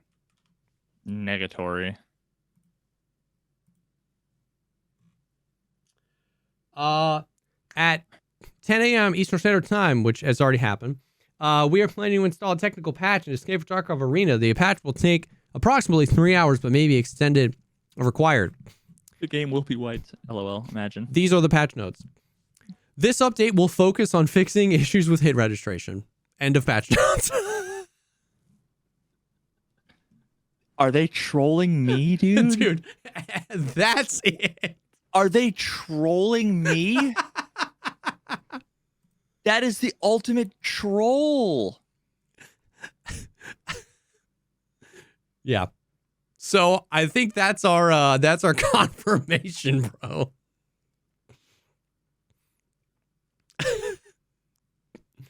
Yeah, there she blows. I'm flabbergasted. That's it. 3 hours. 3 hour patch. I haven't played today. But I'm flabbergasted. Yeah. Hidden Reg. Dookie. But hopefully it's better now. I want to say two things. What's the background to that? Someone asked in chat. So last week, I want to say simultaneously, the first is I guess I was wrong, clearly. Yeah. The second being I never said there was no hit reg problem. You weren't wrong. I wouldn't say anything you said last week was wrong. I just said I haven't experienced or seen anything that I would attribute to hit reg. But see, this is why I'm really fucking careful 100% with my words. Yeah, it's why I don't think anything you said last week was wrong. The TLDR was like, you were saying, at a 10,000 foot view, what you were saying is, I think a lot of the things that people say is hit reg isn't hit reg. I haven't seen any clips that I would say definitively the only explanation of this is hit reg. And then 2 clips were showed to you. And by the end of that, you were like, these are the 2 that are the closest I would ever call to hit reg things. Yeah. Like, so at no point were you like, there's no hit reg issues in Arena. The point you were making is there are so many issues in Arena. Some of the things you think are hit reg aren't hit reg, and we got to be right about what we're right about. Yeah. But it's funny because it was basically an hour of Veritas kind of trying to defend, like, I don't know that there are hit reg issues in Arena. And then I mean, I to be fair to not me, I was really skeptical. Yeah. Because I see a lot of clips about fucking Tarkov shit, right? People are always like, Yeah. I got clips, and it's always like, bro, I get cucked by X, and then I watch, and you're like, shots 1 to 4, Clearly missed. clearly shots, it's like kind of that, right? Yeah. So I am admittedly just like so fucking jaded where when someone's like, bro, I'm so sick of X happening, I'm like, my default these days is, what's the real explanation? Yeah. No, it at this point, it's not even show me the clip. It's like, I mean, I don't say it, but I'm instantly thinking, what's the alternative explanation? Because they're probably wrong about it. Yeah. But yeah, no, that's so crazy. So now I'm like wondering, because I never experienced it. I just wonder if it was like, was it a temporary thing? Was it something that was something I experienced that I didn't see? And if so, how can I improve my perception IRL of the thing? Anytime any fuckery happened, I'm clipping it and I'm watching it back. Yeah, same. And I never saw anything that was hit reg. Honestly, it was always that I missed and I didn't think I missed, or I couldn't see that I missed because of the fucking blood splatters and the blur and aim punch. Yeah. So it's almost like, should I have been malding about the game? Should I have been giving in to that base instinct that wanted to blame the game? Yeah. Yeah, I don't know. So that was the only patch. It was a 3-hour downtime. So I don't know. I don't really know any homies that are still playing. It's crazy. It's like, I know, like, hear me, I know that this is not the tell at all of a game's success, but it's a little bit more so of a tell of a game like this is success, like a competitive game. Like the day after the tournament, there were like 800 people in the Twitch viewer category, like watching Arena. Like, it's just nobody's watching. None of the people I know are playing. None of the content creators I know are playing. No one that I know in chat that's talking is playing. Like, it's just like drops ended, tournament ended, and it was like woof. So, bro, if the sound was, if the sound was good, yep, I'd be playing. Me too. The sound, like if it just had COD sound, yeah, like COD 4 sound. Yep, the sound and the if it had Steam audio, the sound in the hit reg. I don't Bro, know. There's no problems with hit reg. No, sorry. I didn't even mean to. I'm kidding. I was kidding. I didn't even mean to say that. The hit reg is on my mind. The sound and the net code. Let me show you. I don't know if I can throw this clip in the Discord. I don't even need the net code to be better, because at least the net code is both ways. The reason why sound is so annoying to me is because if you give me bad net code and then someone else bad net code, I think it's like a 50-50. If you give me good sound and someone else good sound, I feel confident that I'm better at sound whoring than the average player. Yeah. So I am just better when there's good sound. Watch that clip. I just sent it to you. Because when people are like, bro, I've got my speakers on and I've got Netflix playing. It's like, and they're out, killing me, right? And it's like, and then I just blast music, and it doesn't prevent me from, whatever. Okay, I'm watching this. Okay. So you died. It's too late for me to be plugging in my laptop. Otherwise, I'd just show it here. Just really bad, do you think? Oh, wait. Is this the thing you showed me last week? Or is this just a similar clip? I think you showed this to me. Where the dude wide swung out. Oh, in that, okay, I might have shown you. In that clip, I synchronized it. Later in the clip, I synchronize the to the muzzle flash of his first shot, both perspectives. And I slow it down. Oh, that's why it's not a Twitch clip. It's a local clip. Yeah. I was gonna post that okay. to Twitter. Yeah. It's just like. So you synchronize it on the muzzle flash. Yeah. Of his first shot. It's always like breaks my brain. So it's, I mean, basically he's just like around the corner and he can see my entire body and is shooting me in the head, and I've never see him. And yeah, whatever. He could be high ping. What confuses me though? So you synchronize it on the muzzle flash. Yeah, that might not have been the best place to synchronize it. I'm not saying that. I'm just trying to think out loud. Because you died on your screen first. But I can see his muzzle flash because I can see him shooting. Yeah, I mean, I guess you would expect. I guess you'd expect that, right? Because you need the server's acknowledgement. Yeah. That those shots killed. So basically, what I was saying was, as a result of like, I would be playing Arena if the sound and the netcode was better. Like, yeah, I know you were saying like, yeah, if he's got bad netcode and I have bad netcode, it's 50-50. But like, I just don't care if it's a 50-50. I don't care if I'm doing that just as much as he's doing that. That happening to me makes me want to uninstall the game. Even if 50% of the time it happens to me and 50% of the time I administer it, I don't like, it just makes me want to uninstall the game.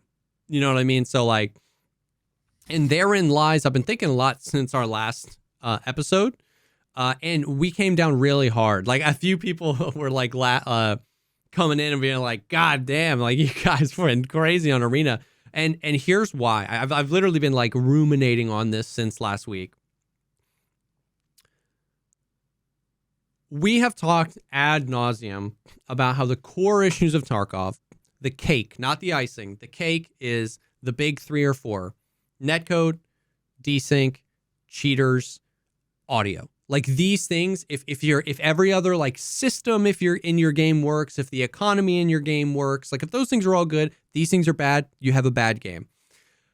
Now, even though we've acknowledged that, we have also actually, even though we're perceived by a lot of people as Tarkov haters, we have actually also defended that each one of those things are not easy to fix.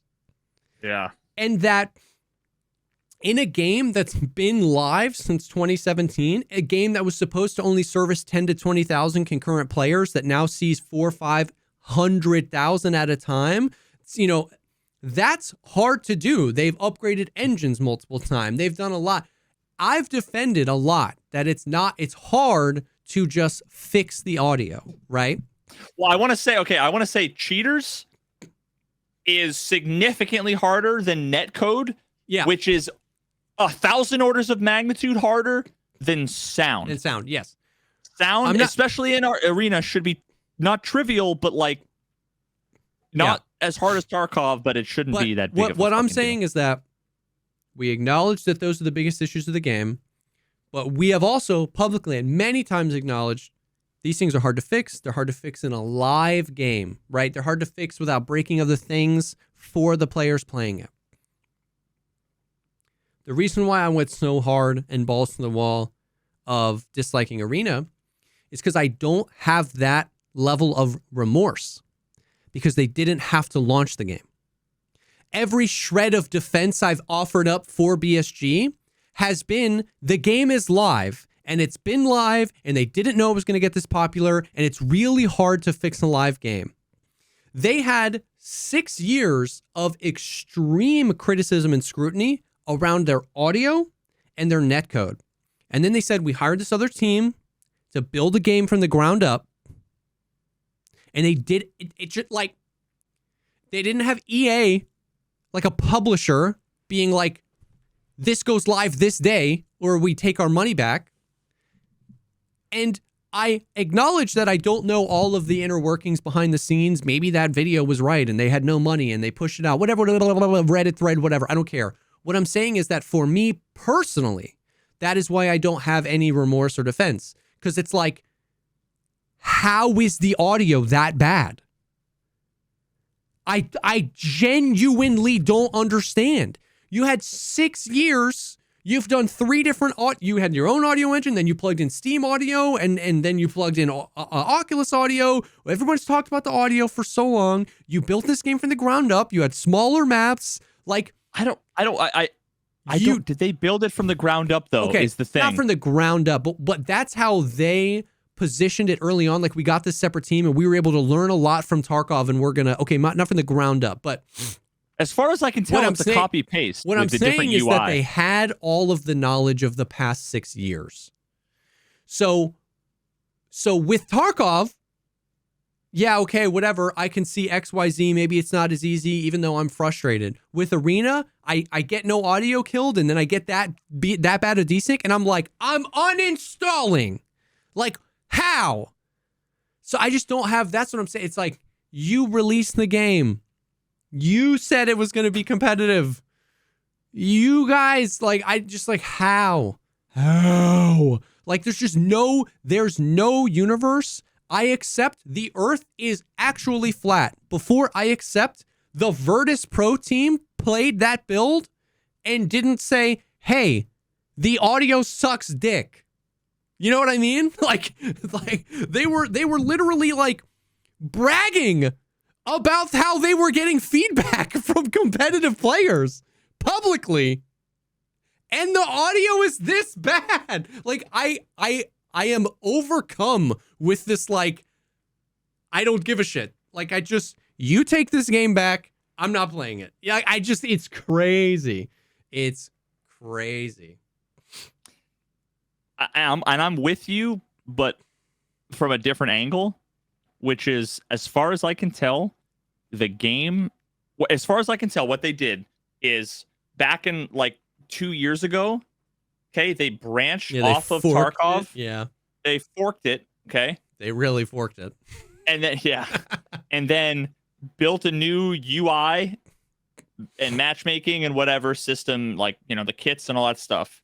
Basically, like, everything before you get into a raid is all different, but like, yeah,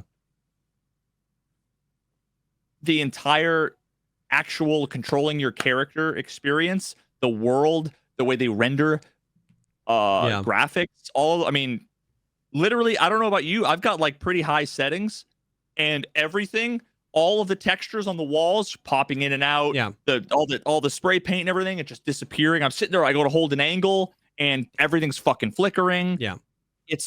Which is what happens with Tarkov, if I'm in reserve or whatever. Yeah. As far as I can tell, it's just a copy pasta of the game, and this is a beta. Yeah. So I guess I'm trying to say I apply the same thing that you're feeling about Tarkov Arena. I feel about Arena and Tarkov, and I'm not surprised. And yeah. And that's why I'm like fucking over both and games. Maybe I shouldn't have been surprised, but once again, like, my standard comes back to, like, you just, like, yeah, they knew everything. They had 6 years of experience. They knew the main problems of Tarkov. They knew the main pressure points. They kept doubling and tripling and quadrupling down on the competitive nature of this game. They're literally bragging about getting feedback from some high-level competitors, and the audio is this bad, and the netcode is this bad. And so it's like, yeah, maybe they didn't build it from the ground up. Maybe they forked off Tarkov, but they still had 2 years to fork off Tarkov and fix the audio in these isolated, maps. You know what I mean? They still had 2 years to be like, how do we do this? Because the reality is, with how scuffed the tier system is currently, with how unbalanced some of the kits are, I really promise you, I would be playing Arena right now if the audio and the netcode were better. If it was, at the very least, a passable video game. Yeah, like, put aside the issues with balancing or the issues with the preset system or the progression or whatever.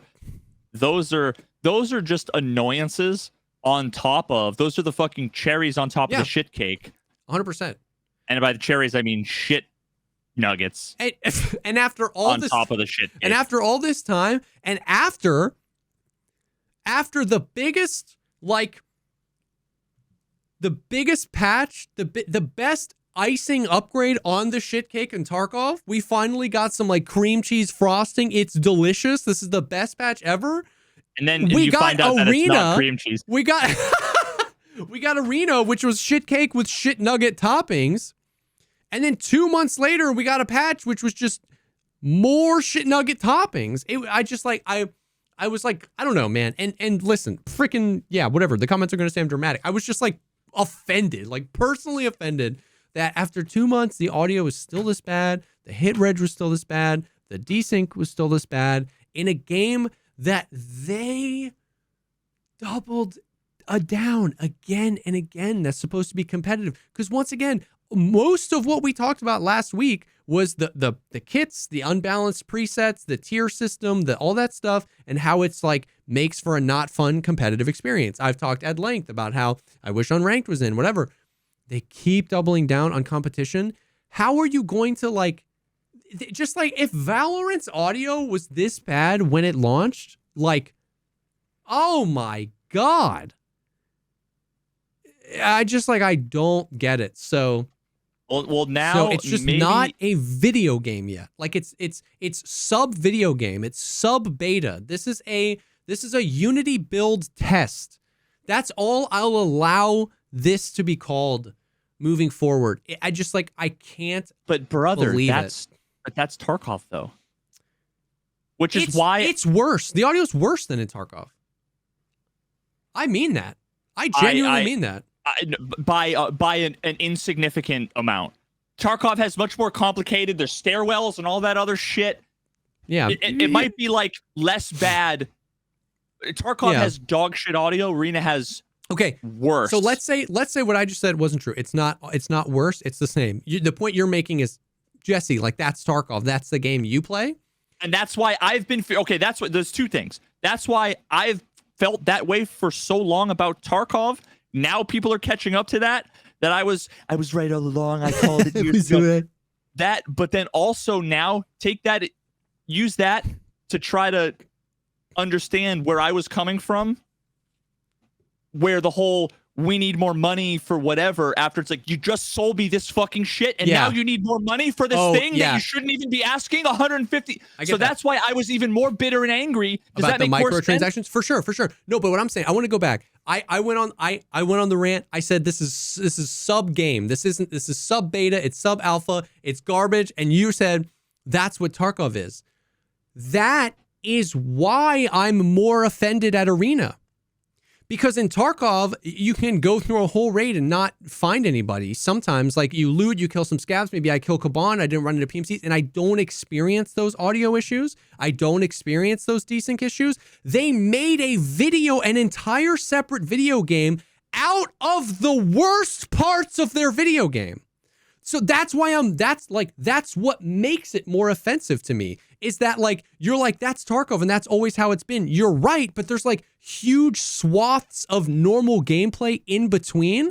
And they were like, let's take the two shittiest parts of our game, make a game out of that, and then tell people it's going to be competitive. That's why I'm so offended. It's like, and I think we both have slightly different angles on the same right conclusion. Yeah. Because the reason why I think it's worse, like this is less bad than Tarkov being the way it is because this is like the early beta. Like they want to get it out and like get feedback. Whereas they've had feedback for almost a decade and it's not better. And coupled with the fact that Tarkov proper, it wastes your time and you lose things. For sure. At least the bullshit is there's no real consequence and my time isn't wasted. For sure. Which is what makes it even worse for me for Tarkov, in that I could spend 2 hours and have 4 minutes of AIDS gameplay and the rest of it's menus and me malding in the stash. But what I found, and once again, like you said, two perspectives on the same conclusion. what I found is I was yearning for the time wasting because I was just getting dicked every 7 seconds. At least give me 10 minutes in between the dickening. Like, I was yearning for Tarkov to waste my time because Arena, I was just like, dude, what the hell? It just keeps happening. I felt myself going insane. Like, I felt myself going insane. And legitimately, I thought like my brain was frying because I would do that for 8 hours. And then I'd wake up the next day and I would like see Ham on Arena and I'd be like, oh, let me hop on Arena. And I would just hate it for 6 hours. Like, I was like, yearning for the time wasting. I was yearning for the menus. I was yearning for like being in the video game and not having an announcer and 4 other people in Discord and an audience and alarms. And it was just like, but I totally align with and see what you're saying. And like you said, it's just 2 perspectives on the same end result, which is that Arena and Tarkov are both pretty much unacceptable at this point. I don't know. Yeah. So yeah. Wow. Dude, I was surprised at how heated I just got. Dude, it's crazy because I haven't played Arena all week. Like, I'm not even. I just like it. Just makes me mad. When are we playing Helldivers? Oh, dude. Oh my god! I there's another thing I tweeted that I don't think we talked about. I'm sitting there about to get my fucking gallbladder out. I'm waiting. I got the IV hooked up. I'm literally just like sitting there, and I have to wait like an hour. So I'm just like on my phone, whatever. And I overhear, yeah. So like, there's like these bugs, and you got to kill the bugs, and the whole thing is about like nationalism, and you want to like spread democracy. And then I hear like a female voice like, wait, so like it's like a game? And he's like, yeah, it's all about what was the term he used? not jingoism, but like maybe that's what he used. I don't know, but he was just like, and I'm like, is he talking about Helltime? And I like hear on the other side of like the thing, I hear like, I think one of the surgeons telling one of the nurses all about Helldivers, and she was completely uninterested. Like, she gave 0 fucks. But it was just the weirdest, like, what? I did not expect this crossover. That's hilarious. I was cringing for this guy because I'm like, what are you doing? Stop. Like, She's not interested. Yeah, but at the same time, I'm like, yo, that's hilarious. Yeah, that's great. That's great. Yeah. Oh, boy. Well, that's the stuff. That is the Mauled Cast. Somebody just said the Mauled Cast. Therapeutic as it's always been, and now on to our sponsor. No, literally though, like, it's so funny. I yell here so I can not yell on stream. You know what I mean? Like, this is therapy. This is where I get it all out. And still to this day, everybody's sentiment after the tourney was like, I want this game to be good. Like, I want it to be fun. Everybody sent, Hutch did a tweet. Trey's talked about it. Like, everybody's like, dude, this game has so much potential. I want it to be fun. And like, for as dramatic as I get about it, I don't think it's as dramatic as like, it's dead, DOA, never gonna, bleh. Like, as much as I just hated on the game for the past 2 weeks, if tomorrow they were like, we did an updating the audio and the netcode, I'd be back in being like, please have fixed it. I will play your game. Yeah, for sure. So if the next patch tomorrow said, fix an issue where binaural wasn't work, I'd be like, yeah, just come again. Let's go. You know what I mean? So, and they did the hit reg thing, dude. That's not enough. Just that one thing, but arena people, go forth, be merry, and report back. Tell me if there's a noticeable difference in the hit reg. Let me know. So, but yeah, that is the stuff. That is the Tarkov and arena stuff for the week. Oh, we haven't mentioned it yet, but if you, oh man, we really were supposed to mention this earlier, I think, but I totally forgot. But if you yeah, if you like our conversations and you're interested in more conversations about other things, check out the podcast Patreon. We just dropped the craziest, literally, it's the best episode we've ever done. I've learned more about Jesse, about his secret plot to bring me into his religion. Yeah, to convert Veritas to Christianity. That's not a joke, by the way. That is not a joke. A literal Jesse had basically a plan to convert me to Christianity. Yeah. And ultimately, unrelated to me, because I had no idea. I had no idea. Ultimately, finding his way out of his faith, and it's the most personal, fascinating story. I've never been able to ask someone the questions that I asked. There have always been the questions I've wanted to ask, like a religious person. Yeah, but thinking about asking those questions to someone who was religious now would be like almost feel bad. It's a fantastic episode. It's in our Patreon. Check it out. It was a good one. It was a good episode. It was like the first time I had talked to somebody outside of my own circle about it. You know what I mean? So it was good. It was a good conversation.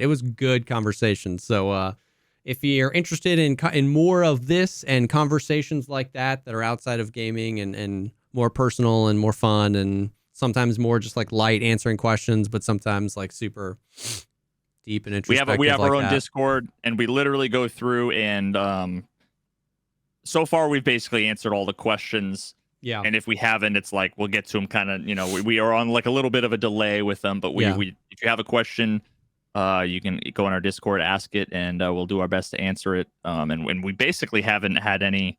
We've talked about things from life-changing events to college stories to family life shit. I mean, we'll talk about whatever. If you're one of those kinds of people that is a chatter, it's probably not for you. I'm just saying, it's probably not for you. If you would come up to me and Jesse at like TwitchCon and you'd want to give us a hug, you'll enjoy it. Yeah. Okay. Yeah. If you're the embodiment of the chatter emote, then probably not for you. But yeah, so patreon.com/thepogcastpod. Patreon.com/thepogcastpod. Also linked in the description of the show notes if you're listening to this on podcast platform or on YouTube. But yeah, as always, thanks for hanging. Thanks for the support. We appreciate you, and we will definitely see y'all on the next one. Get out of here, you filthy animals.